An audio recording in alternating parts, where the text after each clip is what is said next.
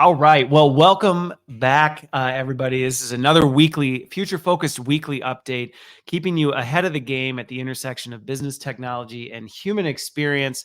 I'm looking forward to this one. I always look forward to these. I am spicy, though, this week. So if I'm more energetic than usual, it's been let's just say, challenging week nonetheless. But and all that to say, that only adds to the energy that I bring to some of the topics that came up. As always, I would encourage anybody who listens to this. I love hearing from you, so do send along the things you encounter. Love answering things and reflecting and responding to things that matter to you. But really looking forward to this. So today I've got 5 things that came across my desk. Some have me really up in arms more than others, but all of them, I think, just mission critical. So as we talk about this, the 5 that I'm going to get into is kind of this whole concept of the end of remote work and what that means and why this is coming up again for me. A lot of things that I've seen that were shared with me around Gen Z and Millenial loyalty. So lots to say about generational stereotypes as a whole. But anyway, so there's that one. The law behind, there's been some recent events in AI and deepfakes and the legal ramifications. Interesting topic here with this. So talk about that, resurrecting a dead loved one, and you'll see where I'm going with this one with AI, and then the LinkedIn workplace learning report. So with that, let's just jump straight into it because I am tight for time today. So I want to make sure I have enough to talk about it.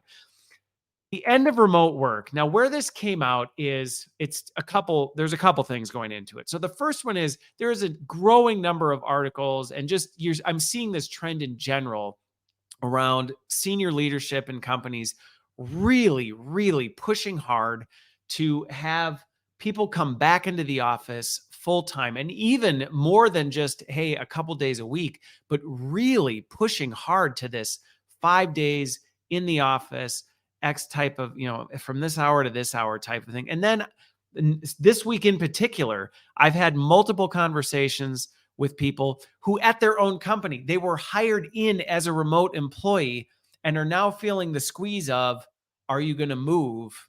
If you're going to stay here, that's something you're going to need to figure out. And can I just say, what on earth is going on with this? Now, I mean, I actually think I know what's going on with this. I think it's just being missed in a lot of the narratives with this, is that I understand that there's a lot of just chaos in the world right now, and I get it. And I feel like people are really shaken up. The number of conversations I have every week with people who, I just had a conversation this week, we were talking about, why are easy things so hard right now? There's a tension in the air. People are stressed. Things are changing. It feels like the general sense is we just can't grip onto anything. And I think what happens, just observing human behavior through my career, is that when things feel out of control, we like to try and take control with things that are familiar. And so this is me, rather than just like raging against some of these senior leaders making what I think are ridiculously foolish moves, recognizing that I feel like there's just this sense of lack of control, and people are trying to control what they think they can control. And if somehow we just bring people back into the office, we'll get back to the good old days, or things will start to make sense again, because what was unfamiliar is now more familiar. And so I understand that there is this pressure and this tendency for us to do this. But to any of the senior leaders or any professional out there who are in this camp of, maybe life will just get easier if we get people back into what we feel is a regular routine, please challenge your thinking on this. The data is so clear on this. People are performing better. They are more engaged. They are more satisfied with their work, the more flexibility they have. And now I understand that doesn't just mean remote work or not remote work, but what it means is the more opportunity we give people to have autonomy and control over the way they spend their time and how they get their work done, and trust that they can do it well, the better they do. And when we send messages to employees that we just need to control how you get your work done, it just sends a message. We don't trust you. We don't think you're, and whether you realize it or not, these people I've talked to who now are like, I was hired in to do this. We've been doing a great job. Now I'm being pressured to do this stuff. They don't even want to show up to work anymore. So if you think you are going to improve company performance by boxing people in to a one size fits all approach to getting work done, you will fail. There is no other way to put it. You will fail. And the very problems you are trying to solve through these methods are actually going to exacerbate them exponentially. And even the people who stick around, and I get it, the attitude, I've even talked to folks where sometimes the attitude can be, well, if that's how they feel, then they can go. But the problem is there are lots of people, that's a very arrogant statement to make, because that's a statement made from the position of, it's not my problem.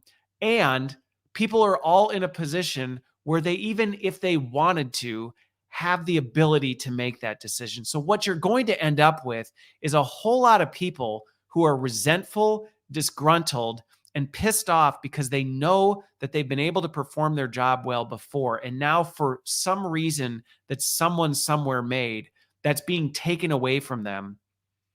Nobody is going to perform well under those conditions. And so I would actually be more concerned about the people who end up sticking around than the ones who leave. And in fact, the ones who leave are probably the ones who are most capable, equipped, and able to help you through this tough season of uncertainty. And so by closing the door on those folks, they walk out, you're going to find yourself in a death spiral.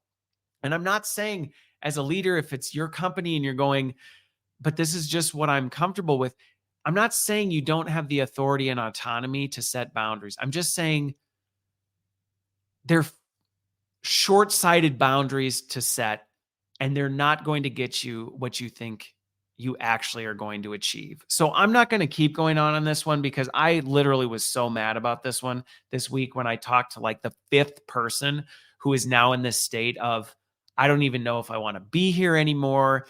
I don't even know how I'm going to, but I can't go anywhere. I can't find a different job. So I'm probably just going to check the box type of a thing. And I get it.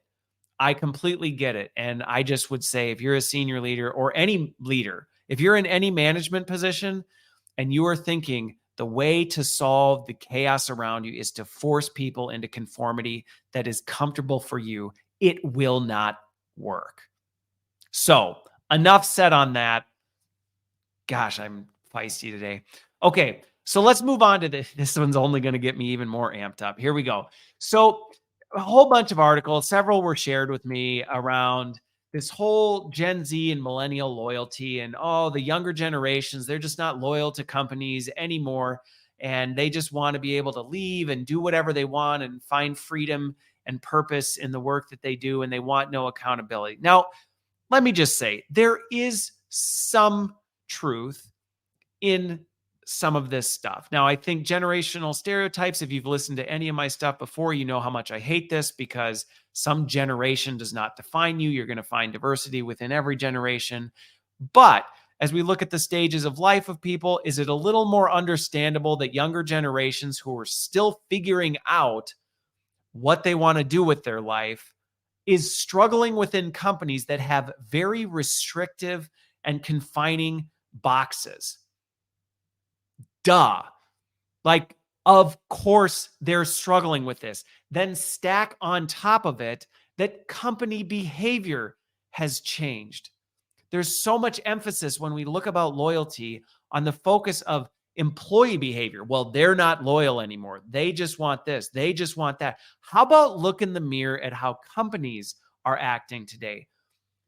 You used to be able to go to a company and trust that your job was stable and that you'd be able to retire there and things would be okay. Now, it doesn't matter who you are. There is so much instability. You could be the best employee in the company and be ripped out of the organization on a dime because someone somewhere just made a short-term decision that it looked like, hey, this will be good on the balance sheet. So let's not ignore that companies are not really showing up for their employees either. And so to say, well, we've completely changed the rules of the game, and wow, look at that. They're not being loyal to this. How about look in the mirror and go, what could we be doing to create an environment and a culture that encourages and inspires loyalty? Doesn't demand it. I mean, come on. You don't get loyalty from people by screaming at them and telling them they need to be loyal to you. You do it by creating an environment that makes them want to be there, that makes them want to stay. And when you do things like in the previous one, where you say, I know you're killing it and you're rocking it and you're adding all this value, but I just need you to show up into this building and sit in a cubicle from 9 to 5, 5 days a week. And then you wonder why people go, really? You know what? Maybe this isn't the right place for me.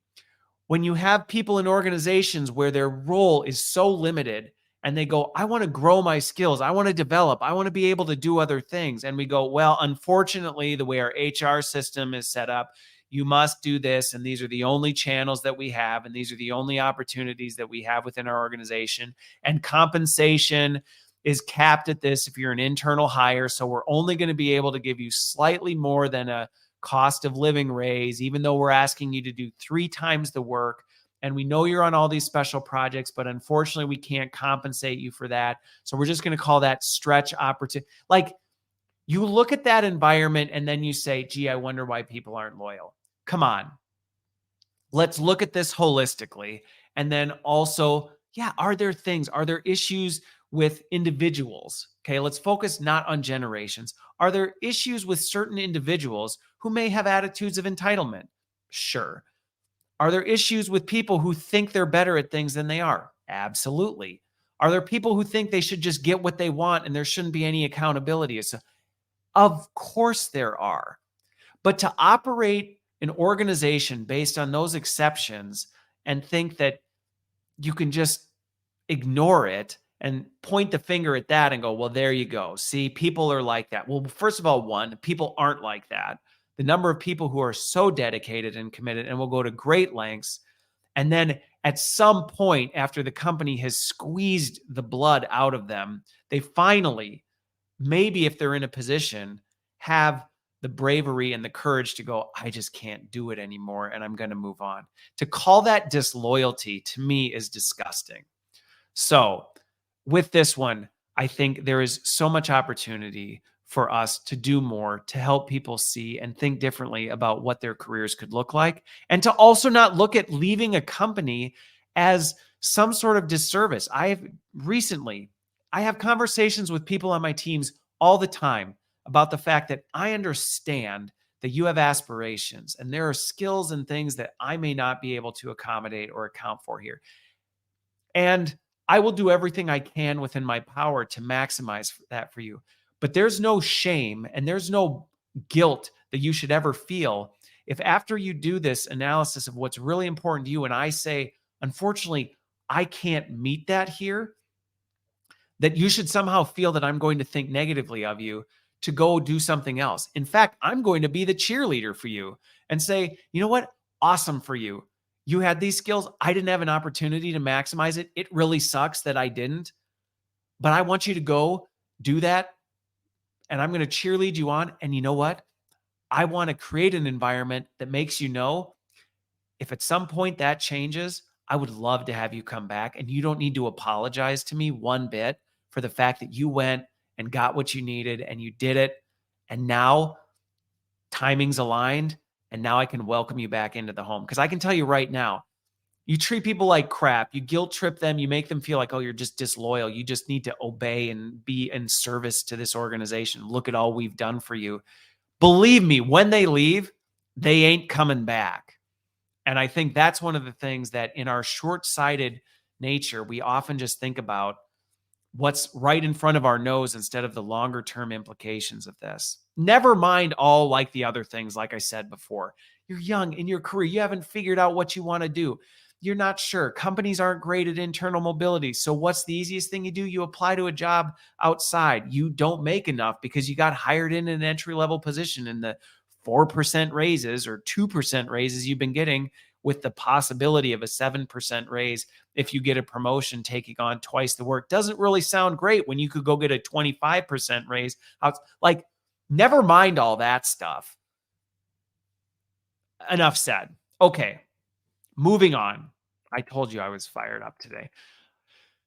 All right. So this one to me is more of a tragic thing that I think we really need to pay attention to. So I'm probably going to calm down a little bit more on this one. My heart absolutely breaks for some of the things that I'm starting to see with the abuse of AI technology, especially among youth.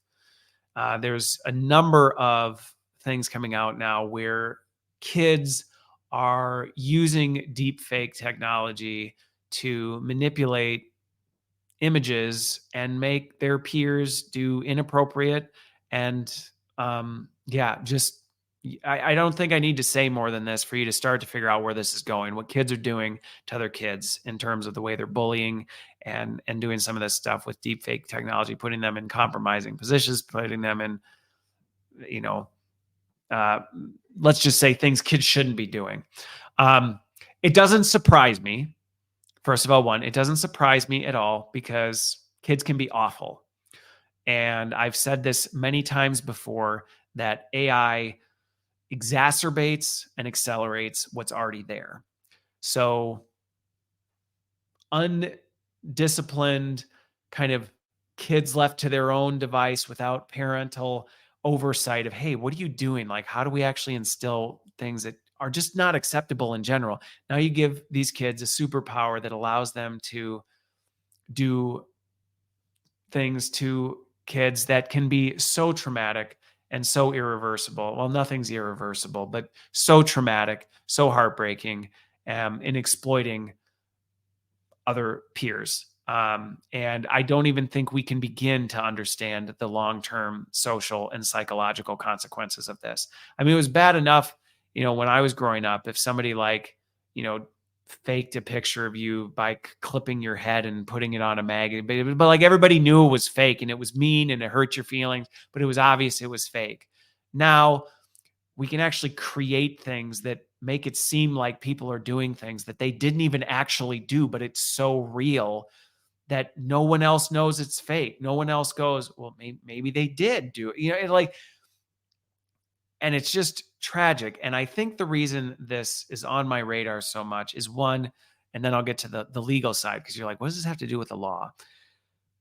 Parents, anybody, and not just parents, guardians, if you are not taking the time to disciple your kids about what is okay and what is harmful in general, this AI is going to just make things exponentially worse. So my call to action is, if you have any involvement in the lives of children, please take some time and talk to them about this stuff.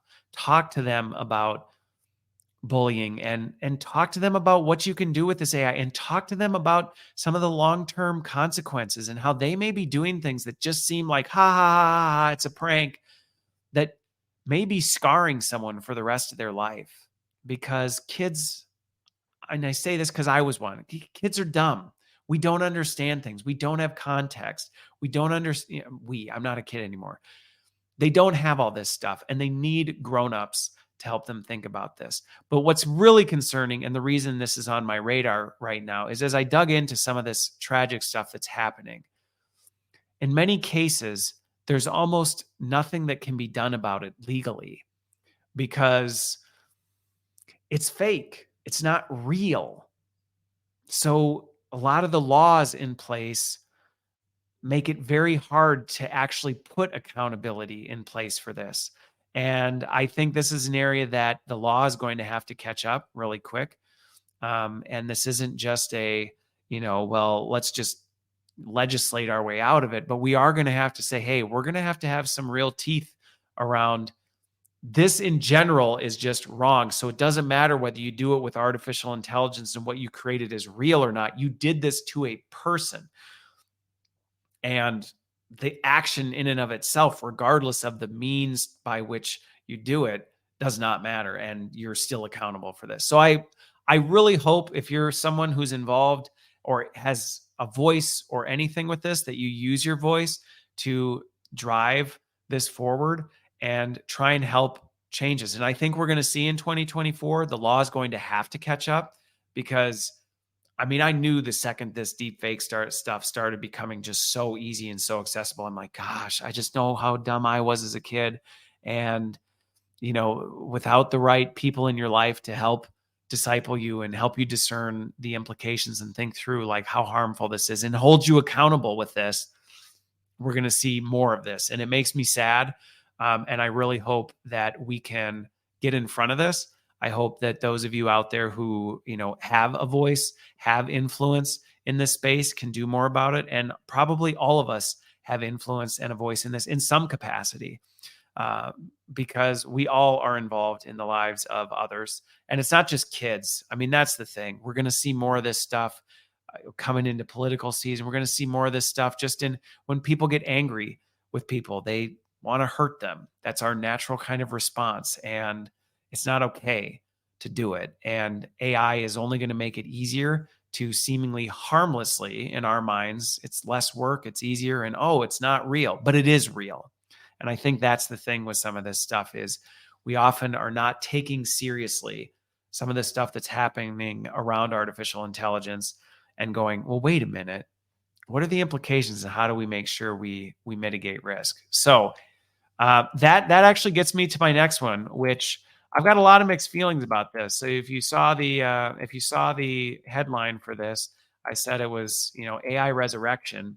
And if you've listened to my content for a while, I've been saying this was coming even back when people went, nah, it's never going to get there. So there was a Taiwanese dad. His name was Tino Bao, I believe. He's a musician.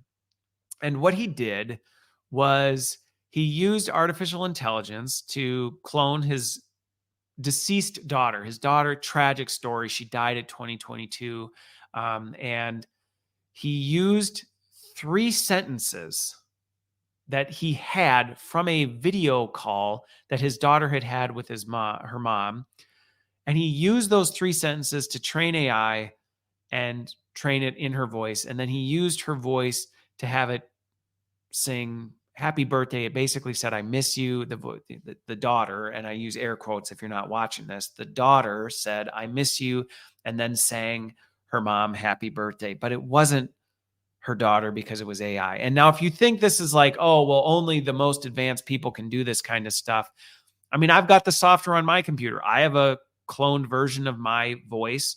I could make it say whatever. If I wanted it to sing a song or say a bunch of things, I could do it now. I could take any voice that I wanted and clone it and have it say things. So this isn't hard to do, but I think this goes back to this whole, I wrestled with this so much because I thought, there's a part of me that's like, I see why you would do this. In theory, it sounds so sweet. But it's also in some ways, I'm like, it's also so hollow because it's not your daughter that's saying this. You manufactured a fake version of your daughter to do this. And while maybe hearing her voice do this, there's a hollowness to it. And I think this goes back to, we think AI is not real, but yet it plays in these very real spaces. And I don't know, well, no, I know for a fact, we have not even started to experience the fallout and the implications of when we start substituting saccharin and, artificial sweetener for sugar, that's a separate, but when we start doing that in real life and we start going, wow, like we're manufacturing people to avoid grief, to get out of some of this stuff. And again, I have mixed feelings on it because I totally understand where this comes from. I'd be really actually interested to hear how it was met, how it was received by the mom and even the dad in kind of doing it. I mean, I think I can see if you're the one creating it, feeling like you're involved in creating something meaningful. So, I can see the dad not necessarily having this thing, but as I think about the recipient of it, I can see it having this initial feeling of like, it's really cool, but yet it's also really hollow. And might that leave you only hungry for more of something that you actually can't ever get because it's not there. There's nothing behind it. And so I think this is just yet another example of, as we're seeing AI start to pick up and we're starting to manufacture and replicate things that were historically always very distinct to. And so, okay, slight pivot on this. I think of an example of this, and this is where I spend some time reflecting on these things. So that I watch a lot of Disney stuff with my kids, and we were watching this thing of, I've never been there. Long story, funny story behind that. I was supposed to go once, and then because I was a stupid kid going back to before, I didn't get to go. But anyway, there's this in the Haunted Mansion. There's this lady who is her head and her voice is in the crystal ball, and it speaks or it sings. I can't remember what it is.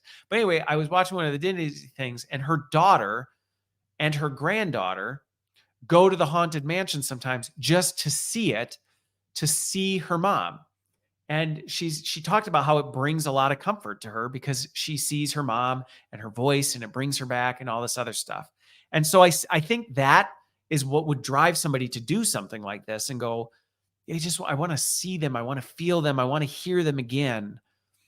But I think where I see it different for that person at Disney is what they're experiencing was real at some point. There was a point at which that's real. And it's a photograph of something that's real. It's a thing of the past, but it was real at some point. And so I think that may bring a different level of comfort, a different level of, satisfaction than if you're like, I'm listening to my daughter sing me happy birthday, but I know it's not really my daughter. And it's actually not even really her voice. It's an AI copy of her voice doing something that she actually never did. And I just don't know. And that's why I'd be actually really curious. Where does that leave somebody? And when we start messing with these things, what are the implications of it? And how does it start to, but it's not rare, just so you know, this is not a rare thing. In fact, I looked into it, and there's a company startup. They've done this for more than 600 families in the last 7 months. And I'm like, it doesn't surprise me. I said 2 years ago or something like that we're going to start seeing this. We're going to be bringing the dead back to life with AI, and we're going to be doing all sorts of crazy stuff. And I get where it comes from. I get our desire to not deal with the grief and pain of life in a broken, fallen world. Yet at the same time, trying to remanufacture for ourselves what we think is going to soothe us.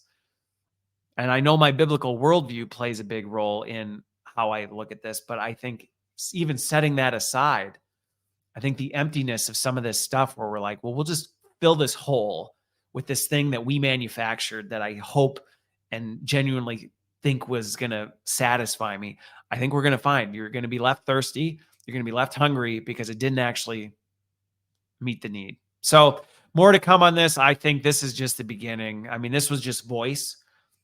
It's going to be video. It's going to be images. It's going to be humanoid robot versions of dead loved. I mean, we're only seeing the beginning of this, and whether that excites you or terrifies you, I think we are going to have a lot of stuff that we're going to have to wrestle through as we move into this new and wild, different age. All right. Little less heavy closing on the LinkedIn workplace learning report. And you might go, workplace learning report, I'm not a learning professional. Why do I care about this? There is a lot of insight. If you have not checked out this report, I think there's a lot of insight here for business professionals, for learning professionals, and just professionals in general. Going back to what I was talking about, where I was a little more feisty on the loyalty thing, how you care for and develop your people matters big time. Big time, big time, big time. It is a core component of your business strategy. And so learning about what really do people want? And I think what's interesting is some of these things that came out of this report very much go back to this company loyalty thing where it's like, well, companies aren't delivering on some of these things that the report is showing people care deeply about. And then we go, well, why aren't people staying? Why aren't they satisfied in their job? It's like, well, this report reveals some of these things. So it was interesting. I'm not going to go through the whole thing. You can download it, or if you go to my LinkedIn, you'll find I posted about it multiple times over the last week. It was just released. You'll see that, and you can see some of my posts where I unpack some of this stuff.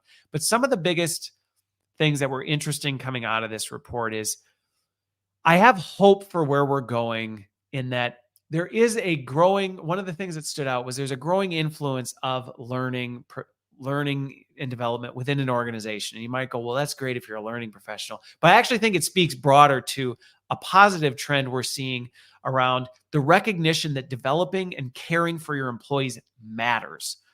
And senior leaders are starting to take note of this and going, hey, we need to figure this out. Now, I think the challenge is, just like we tend to jump to short-term solutions, we can end up going, okay, so like what? We just buy a subscription to blah, blah, blah. We just offer it and that's going to fix it. Like, no, which is why we need really thoughtful, critical thinking people in roles to go, well, let's actually understand, what do people need? Because it's more than just an active license to LinkedIn Learning or Udemy. It's bigger than that. But the fact there's even a greater recognition, hey, this should be part of the conversation. I think that's good for businesses. I also think it's good for employees. So if you're listening to this, regardless of where you sit, I think that should be encouraging to you to know that, hey, businesses are recognizing this, which means things are going to change. Now, which direction they change in, well, that's still up for debate. Something else that was interesting coming out of this is the growing demand for personalization. And I think this is only tied to, this goes back to what I was saying before of the end of the remote work thing. Employees more and more are going to demand personalization, not just in their learning, but in their work, in their environments, in everything. That's just where culture is right now. When you have AI, not just AI, but technology, when you have a life around you that pretty much personalizes and adapts itself to your unique needs, this whole idea of, well, we're not going to do that for you, you just have to fit in this box, does not work. And that's where I'm saying, well, you're seeing this in the LinkedIn report. This has implications on everything, which is why things like, well, how do we just make everybody do the same thing and then be happy about it? You're not going to.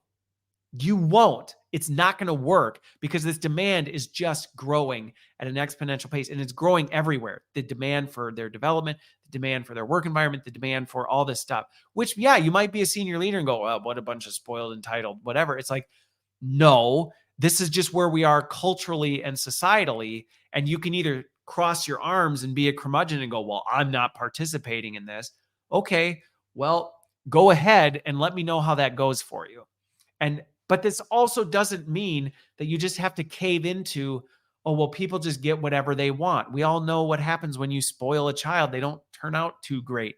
So this isn't about just going, well, I guess we either just have to give them everything we want or dig our heels in and go, I'm just going to stay here. I think there's a middle ground. And I spent a lot of time talking and working with people about how do we define what that middle ground is. But the report shows this ain't going away. This is only going to grow. Personalization is only going to be in higher demand. Something else was this, I think, really discouraging, and I think it speaks to some of the other stuff that comes up, is there's a decrease in full implementation of stuff. We're not seeing things through to fruition. And my concern with this is, again, it's related to workplace learning, but it's also tied to a broader trend I'm seeing where we're moving so fast. We start things up and then we don't see it through because we're already on to the next thing. And we just go. And we're quick to come up with great ideas and come up with plans for this. And then, well, we never really end up figuring out, well, did we actually follow through and did it have an impact? It's like, we're too busy. We got to move on. This is concerning for me. And I've talked a lot about the need for more stillness and slowing down and intentional reflection on what we're doing and why, and being purposeful in what we're doing instead of just doing things because we can or people want it. And that's a concerning trend. I think we need to see that start to move, because if we don't, the implications of it, if it's going down there, it's going down everywhere. And I see this in other reports as well. And so I think this is something that, to anybody watching and listening, I talk a lot about the need to be still and to pause and to reflect. And this data point seems to only further validate this.